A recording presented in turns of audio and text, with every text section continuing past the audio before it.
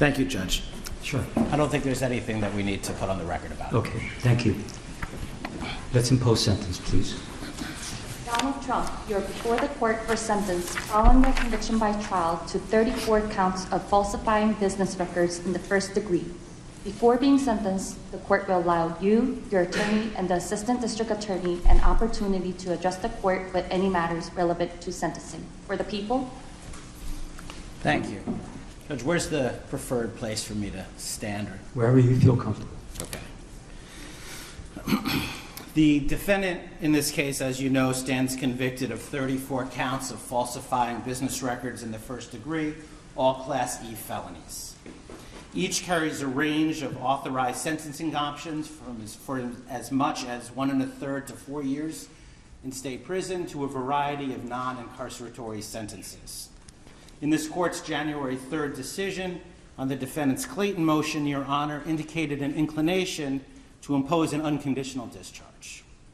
Under all the circumstances of this case, its unique posture and the defendant's status as president-elect, the people recommend a sentence of an unconditional discharge.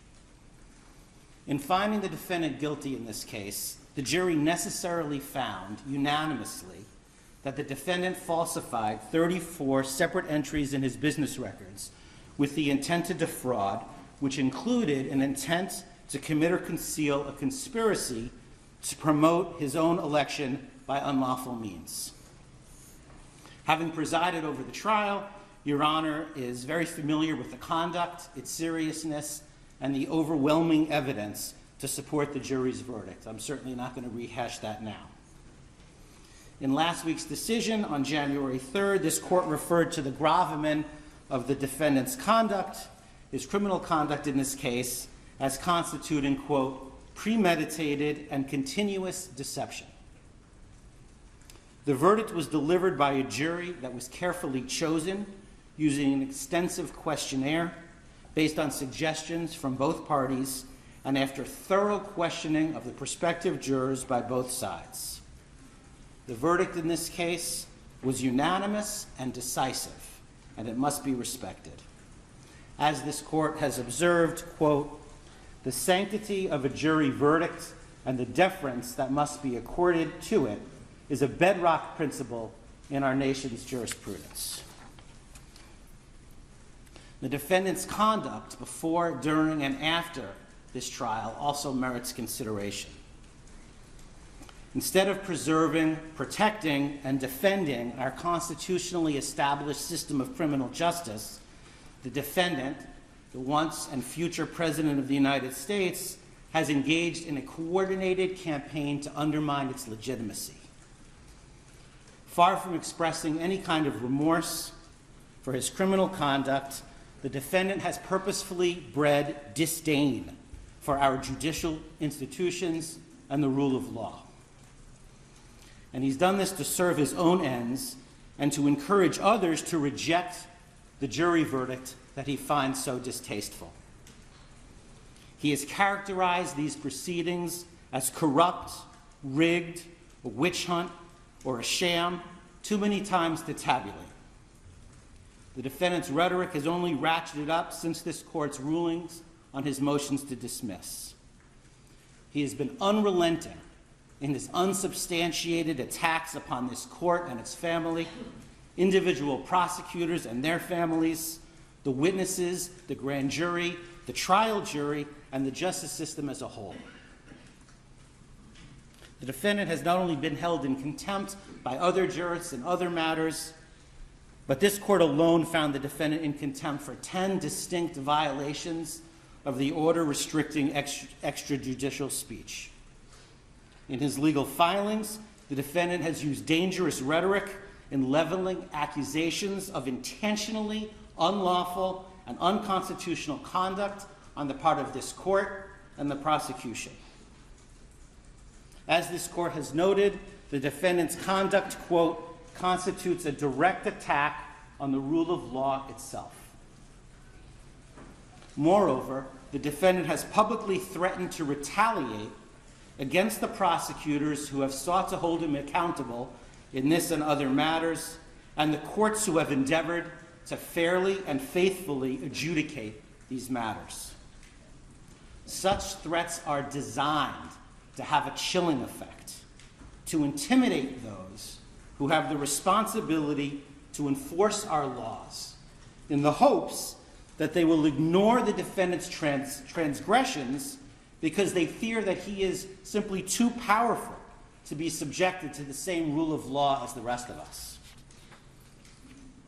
In his 2024 end-of-year report, United States Supreme Court Chief Justice Roberts warned of the dangers of such conduct. Quote, "Public officials, too, regrettably, have engaged in recent attempts to intimidate judges. For example, suggesting political bias in the judge's adverse rulings without credible basis for such allegations," end quote. Chief Justice Roberts continued, quote, "Attempts to intimidate judges for their rulings are inappropriate and should be vigorously opposed. Public officials certainly have a right to criticize the work of the judiciary, but they should be mindful that intemperance in their statements when it comes to judges may prompt dangerous reactions by others." Chief Justice Roberts also spoke of the dangers of disinformation, which are, quote, "magnified by social media, which provides a ready channel to instantly spread rumor and false information." Put simply, this defendant has caused enduring damage to public perception of the criminal justice system and has placed officers of the court in harm's way. In the probation report, which we just received this morning, the author, having interviewed the defendant, noted that the defendant sees himself as above the law and won't accept responsibility for his actions. And that's certainly consistent with everything else that we've seen. Now, in a typical case, both the offense conduct and these other exacerbating factors would impact the appropriate sentence. But in this case, we must be respectful of the office of the presidency and mindful of the fact that the defendant will be inaugurated as president in 10 days. Any undischarged portion of a sentence has the potential to interfere with the defendant's performance of the duties of his office. As a practical matter, the most sensible sentence prior to his inauguration is an unconditional discharge.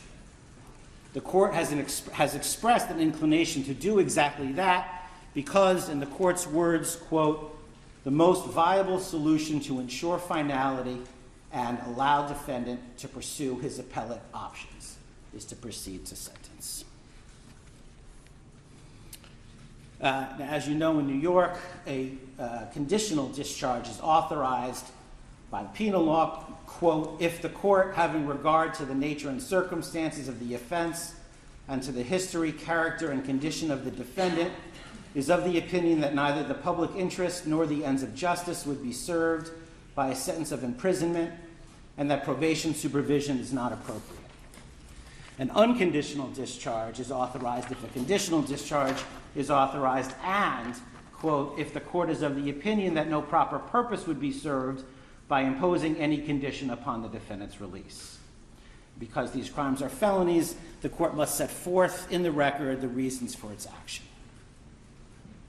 The American public has the right to a presidency unencumbered by pending court proceedings or ongoing sentence-related obligations. But imposing this sentence ensures that finality. Sentencing the defendant permits this court to enter judgment, to cement the defendant's status as a convicted felon while he pursues whatever appeals he intends to pursue. And it gives full effect and respect to the jury's verdict while preserving the defendant's ability to govern. The people therefore recommend that this court impose a sentence of an unconditional discharge. Thank you. Thank you. Counsel? Thank you, Your Honor. I very much disagree with much of what the government just said about this case about the legitimacy of what happened in this courtroom during the trial and about President Trump's conduct fighting this case from before it was indicted to while it was indicted, through the jury's verdict, and even to this day. What the government just said presupposes something that we disagree with very much, which was that this was an appropriate case to be brought. It was not.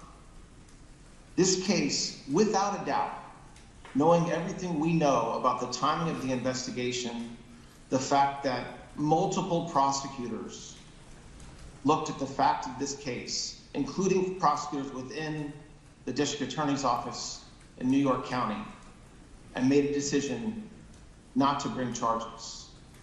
As the court knows, shortly after President Trump announced his intention to run for re-election, this case was started for what amounted to a third time, which brings us ultimately to where we are today.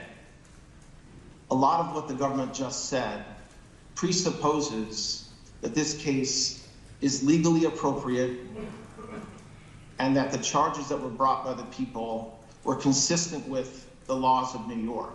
Again, we very much disagree with that, and as everybody has been noted, because it's true, we certainly intend on appealing that. And it's not, by the way, just counsel and President Trump that feels that way. There's many, many, many legal experts that share the same views that I just said, which is that legally this case should not have been brought, both based on the facts that were established at trial and also on the legal basis for which they were brought. But it's also not just the legal experts, not just counsel, and not just President Trump, but the majority of the American people also agree that this case should not have been brought.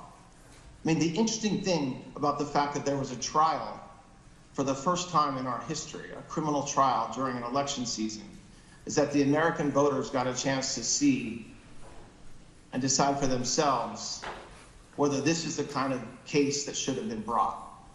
And they decided. And that's why in 10 days, President Trump is going to assume the office of the President of the United States. And certainly we're here for the court to sentence President Trump to an unconditional discharge. And for that, it's a very sad day.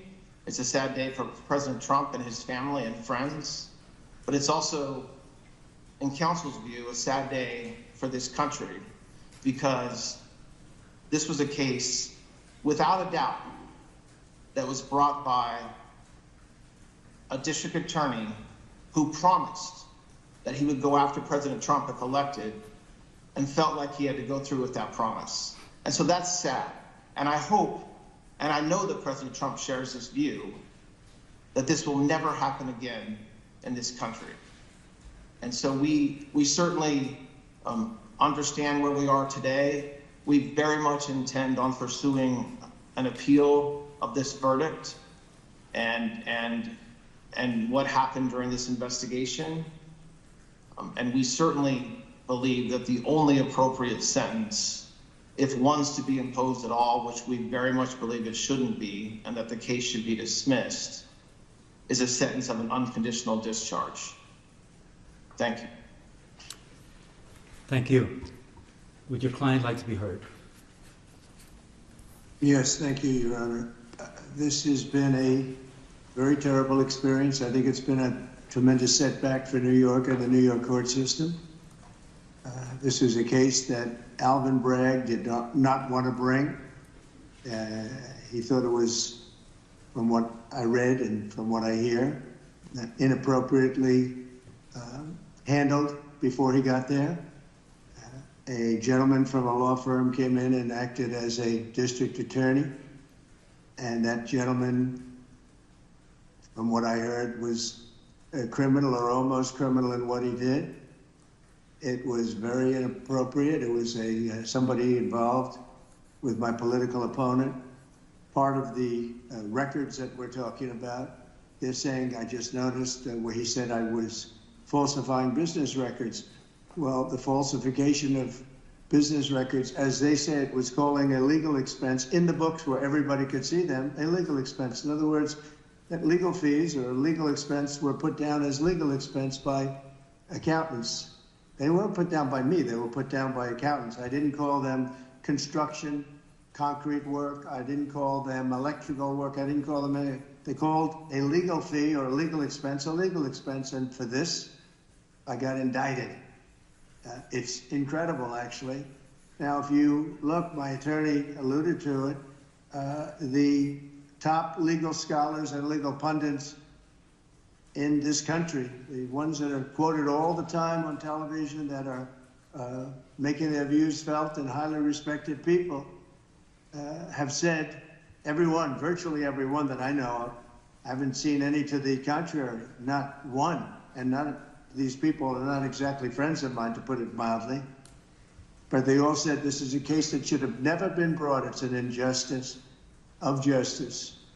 Very respected Jonathan Turley, Andy McCarthy, Judge David Rifkin, a wonderful man who just passed away, by the way, Greg Jarrett, Ellie Honig from CNN, of all places. CNN said that. Paul Ingratian, Alan Dershowitz.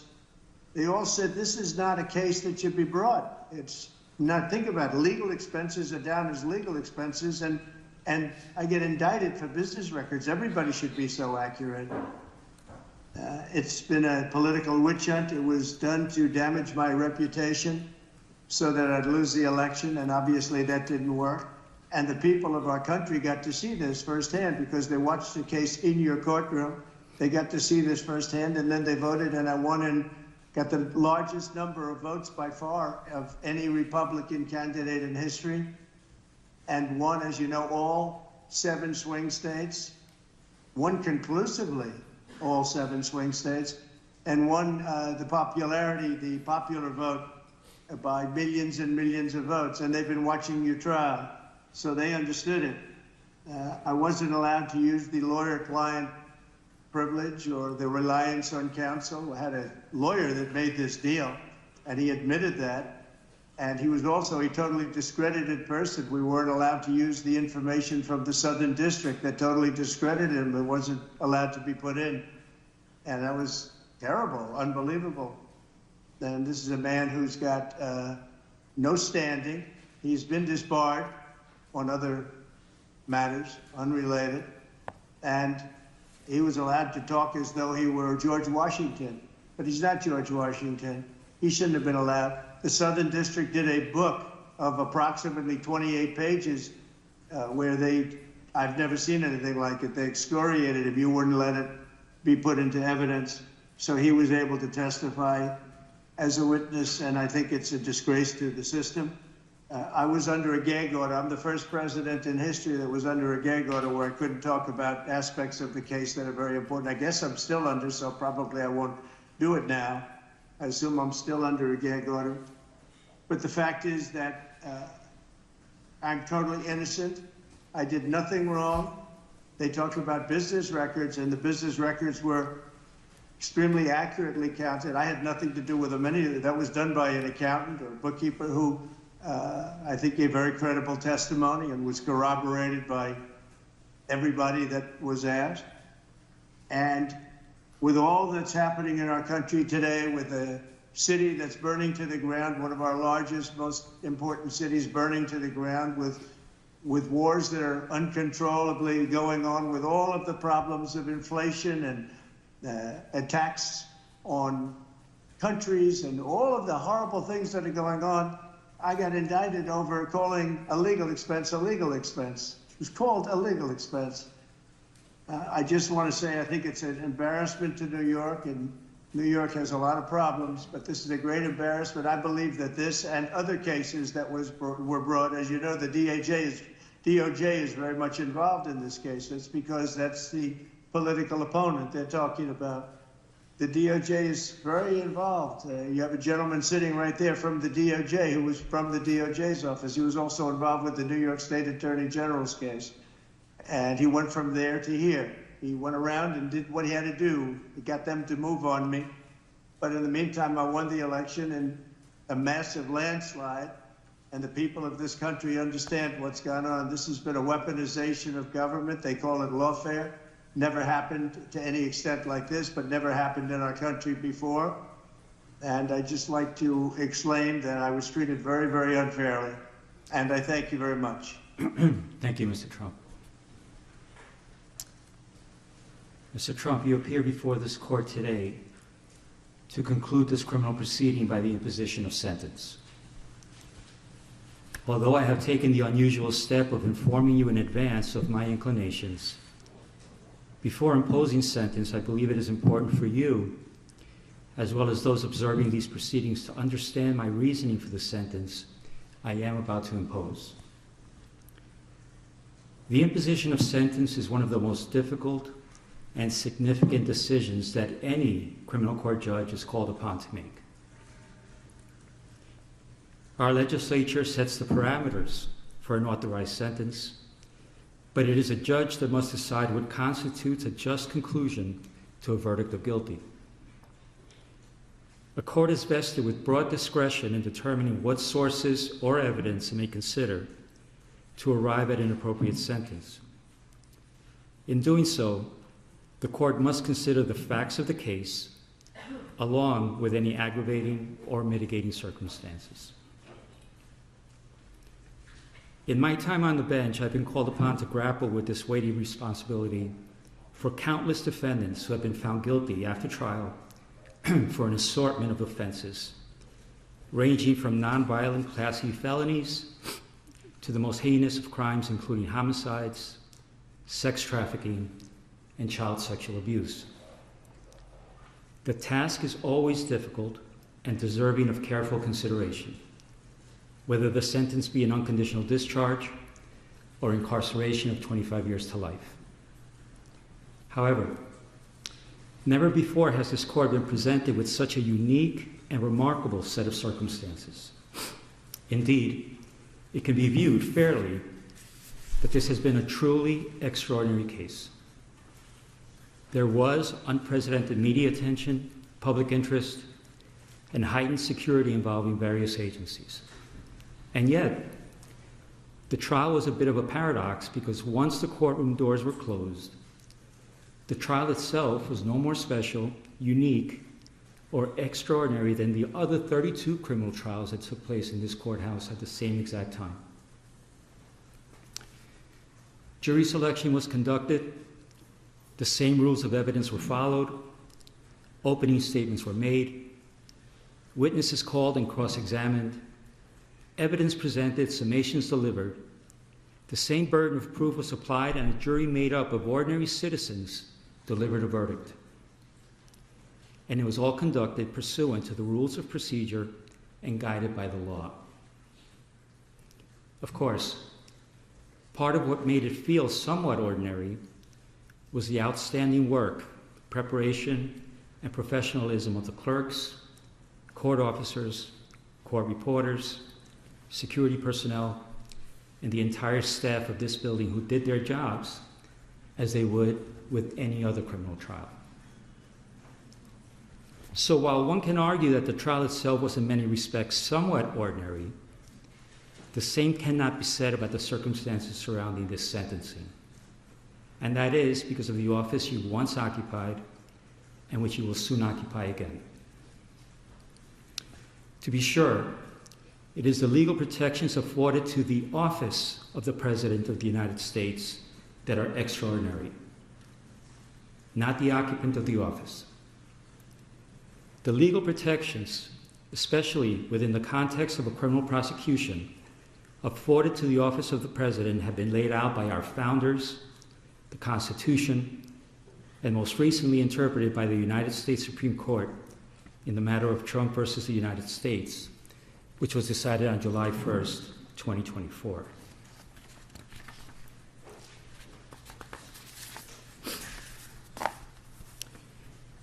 As with every other defendant in your position, it is my obligation to consider any and all aggravating and mitigating factors to inform my decision. Some of those aggravating factors have already been articulated in my Sandoval ruling at the start of this trial, and by my recent written decisions on December 16th and January 3rd. Thus, they need not be repeated at this time. However, the considerable, indeed, extraordinary legal protections afforded by the office of the Chief Executive is a factor that overrides all others. To be clear, the protections afforded the office of the President are not a mitigating factor. They do not reduce the seriousness of the crime or justify its commission in any way.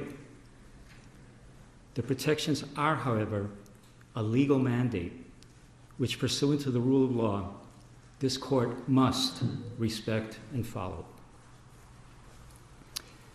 However, despite the extraordinary breadth of those protections, one power they do not provide is the power to erase a jury verdict. It is clear from legal precedent, which until July 1st was scarce, that Donald Trump, the ordinary citizen, Donald Trump, the criminal defendant, would not be entitled to such considerable protections. I'm referring to protections that extend well beyond those afforded the average defendant who winds their way through the criminal justice system each day. No, ordinary citizens do not receive those legal protections. It is the office of the President that bestows those far-reaching protections to the office holder. And it was the citizenry of this nation that recently decided that you should once again receive the benefits of those protections, which include, among other things, the Supremacy Clause and presidential immunity. It is through that lens and that reality that this court must determine a lawful sentence. After careful analysis, in obedience to governing mandates, and pursuant to the rule of law, this court has determined that the only lawful sentence that permits entry of a judgment of conviction without encroaching upon the highest office in the land is an unconditional discharge, which the New York State Legislature has determined is a lawful and permissible sentence for the crime of falsifying business records in the first degree. Therefore, at this time, I impose that sentence to cover all 34 counts. Sir, I wish you Godspeed as you assume your second term in office. Thank you.